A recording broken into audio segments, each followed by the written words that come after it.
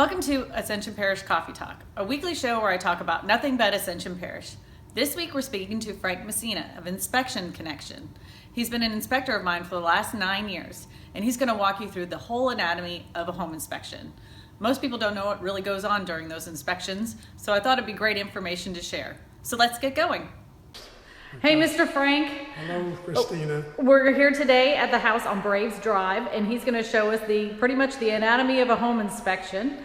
And Mr. Frank is kind enough to let me film him today for Ascension Parish Coffee Talk. Say hi to everybody. Hello. And jars of little wine jar. So we're going in the attic first, and what do we look for when we go in the attic, Mr. Frank? Well, we're looking for roof leaks and defects in framing, insulation, and to make sure the furnace and the water heater are wired properly. Perfect. So you take pictures of any kinds of defects? Yeah, and I'm also taking pictures of the model and serial number of all the appliances. Uh-huh. And then you add those to the report? Right, and add it to the report, and we're making sure that it's the correct BTUs for the size of the house.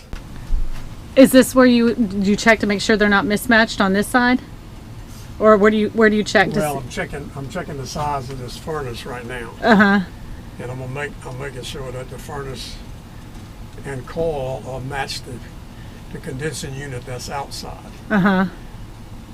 Like the one outside, it's a 2-ton, and we're making sure that this is a 2-ton, and it is because it has 24 in the model number, so they're both 2-ton. Well, that's good, right? Right, that's perfect. And it was manufactured in this 50-gallon. So that's perfect for this house? Yes. Well, you could need a little more. How many bathrooms does it have? 2. Oh, that's that. So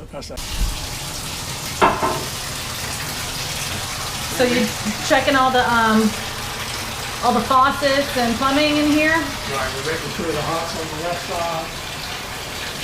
Turn on the lavatory, make sure the column is secure to the floor and you see there's not any leaks in the drainage. Also that it has a ground fault receptacle. Oh, so you make sure that it has that little pop-up switch? Right, and then we actually trip it to make sure it works.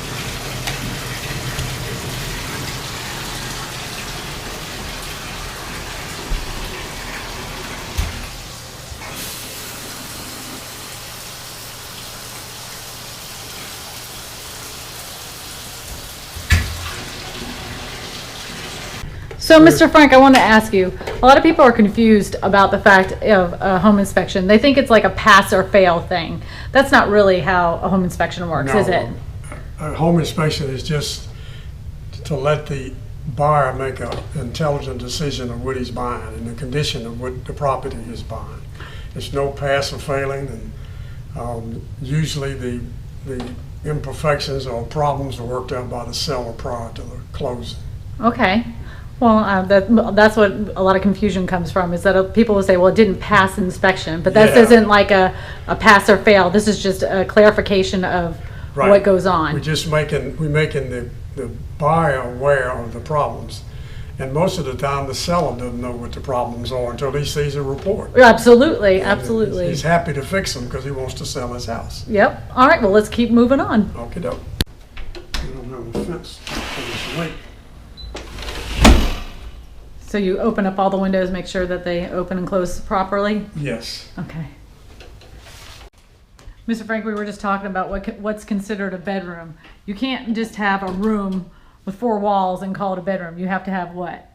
You have to have a door, an operable window, and a closet. And a closet, that's right. In the state of Louisiana, you can't just have a room with 4 doors. You got to have a window and you got to have a closet, or you don't have a bedroom. Right. It's got to have an egress, a way to escape in case of fire. Right. So if it doesn't have those, that's just a bonus room, right? Exactly.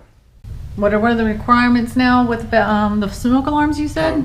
A smoke alarm is required in each bedroom and the hallways. Is that only for new construction, or is it for all? That's really for new construction. I mean, it's recommended for all homes. Right. But it has to be done under new construction. would that be noted in a house that, in an inspection report of an older home? Right, that they don't have them, right. We list whether they have them, where they're located, and where they're not located. Okay, well, good information, thank you. You're welcome. We're off to the master bedroom. Whoa. It's got windows, lights, closets, smoke alarm, no operates. And it has a doorstop, right? And it has a doorstop. And you gotta check the receptacles in the windows.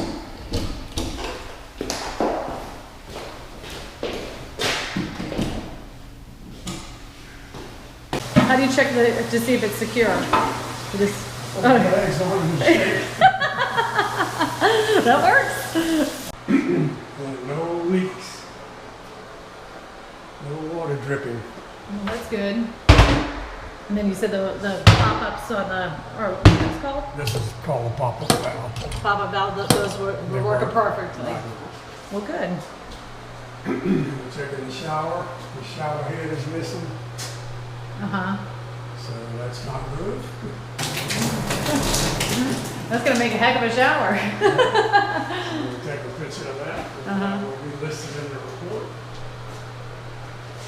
Go ahead and take a picture of that. Okay, so this was just a little This area. is called shoe mold. The shoe mold isn't Shoe mold is sealed. not installed properly and not painted. Oh, I see that. So they'll have to like put some caulking in here and You need to put another nail in it. a nail and some paint. Right. And paint the corners of it. Because on the other side of the door, it's not painted either. We're in the men's favorite spot, the garage. And what do you look for in a garage, Mr. Frank? We're checking the door to make sure it reverses when Uh-huh. we put it in the down position.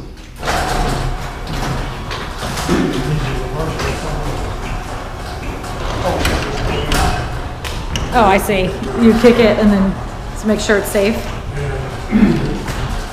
sure there's no cracks in the walls or bad cracks in the slab, and you're going to pull this panel off and make sure that it's wired properly.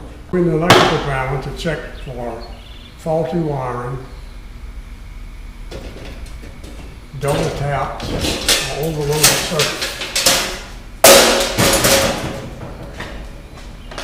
This panel is perfect. There's nothing wrong with this panel. You have your arc fault breakers to each bedroom.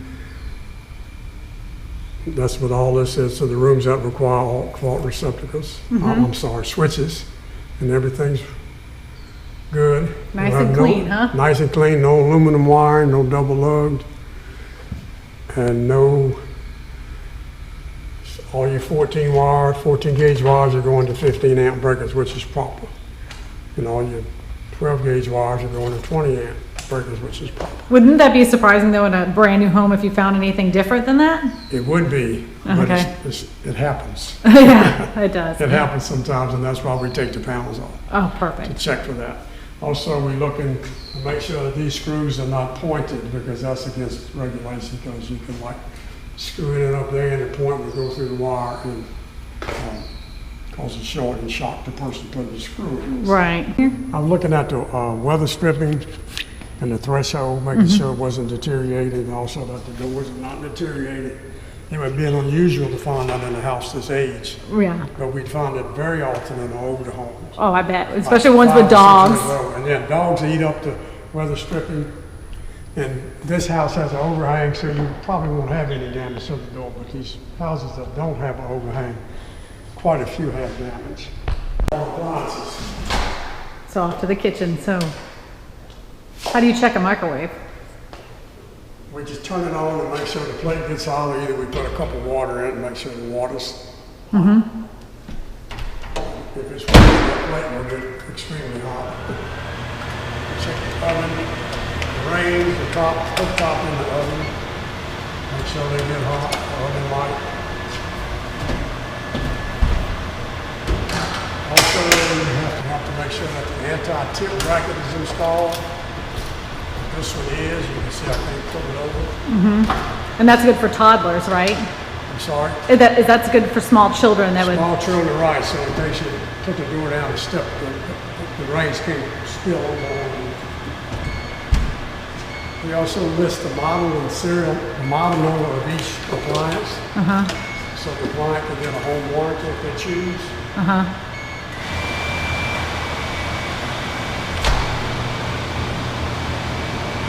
Microwave got rid locks, always functioning. And the lights work. And the turntable works. You're just writing down the model numbers? I'm sorry? You were just writing down the model numbers? Right. Okay. We're going to try it out to make sure it works properly.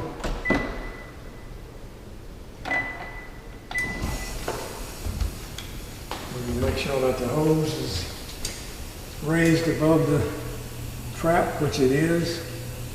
And then we can also turn on the disposal valve while we do it. You don't see any moisture damage onto the counter, so we don't have any leaks.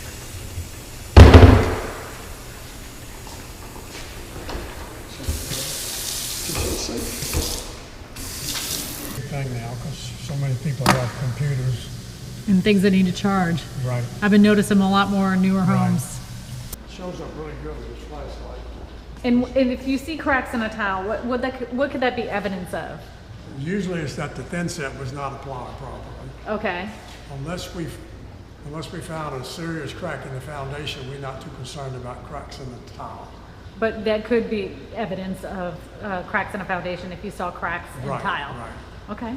If we found a corresponding crack in the foundation or in the wall, then we would be concerned. But if it's just a crack just randomly through the house on the ceramic tile, we're not too concerned about that. Only if it resonates to the exterior wall. Okay. Well, Mr. Frank, you noticed something pretty cool. And good for the buyers to know. This didn't have a filter in this area, did it? No, it did not. And when we find a filter grill without a filter, we have to assume that the evaporator coil is dirty. And we request that they have it evaluated by a professional in that field. Okay. And it's dirty up there, so. we have no idea how long the filter's been out of this unit. Yeah. And check the outside units? Yes.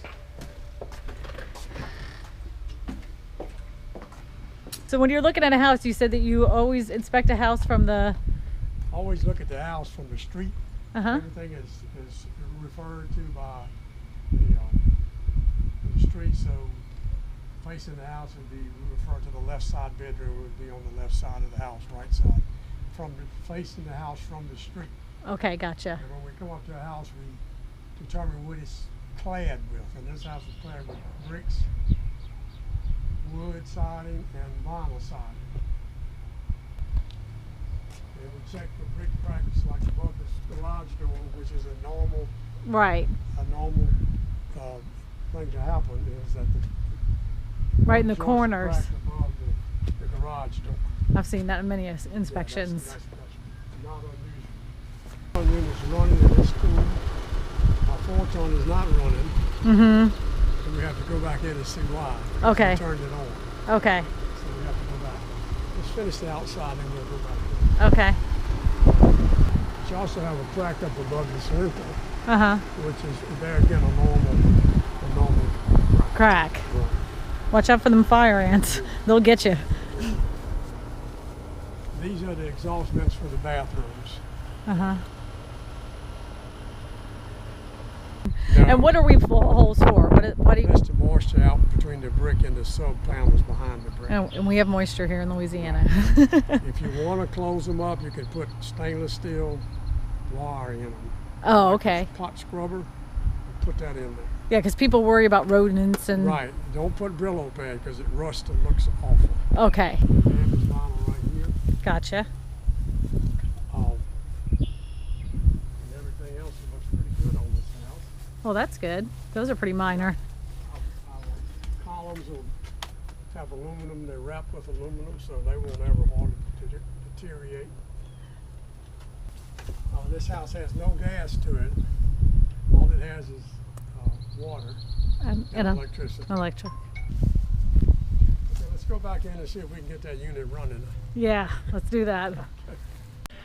What you got there, Mr. Frank? Okay, we checking the temperature differential between the room temperature and the supply air temperature. We always look for it to be close to 58 to 60 degrees, and as you can see, we got 58 degrees coming out of the duct, which makes it working perfectly. Oh, that's good. Yes, that's perfect. So we're gonna go downstairs and check the downstairs unit to make sure it's got the proper split. We're now checking the temperature split on the downstairs unit. Mm-hmm. And as you can see, this one is also 59 degrees, which makes it perfect for the, couldn't really want much better than that. So that little laser pointer reads that temperature? Right, this is a laser thermometer, and this is really accurate. I mean, the walls are 72, floor is 72, what more could you want? Well, the system's working good. Right. While you're finishing up that paperwork, Mr. Frank, I wanted to say thank you for letting me film this for the people of Ascension Parish. If they have some questions about home inspections, how do they get a hold of you? They can reach me at 225-937-2877. Or they can email you at what? InspectionLA@cox.net. Perfect. Thank you, Mr. Frank, so much for your time. I really appreciate it. I appreciate you. I'd like to say a very special thank you to Frank Messina of Inspection Connection for taking the time to walk us through the anatomy of a home inspection. If you'd like some more information about homes in the Ascension Parish area, you can always visit my website at yourrealestatewhisperer.com. My name is Christina Smallhorn, your real estate whisperer for Ascension Parish, and I tell you all this because you matter.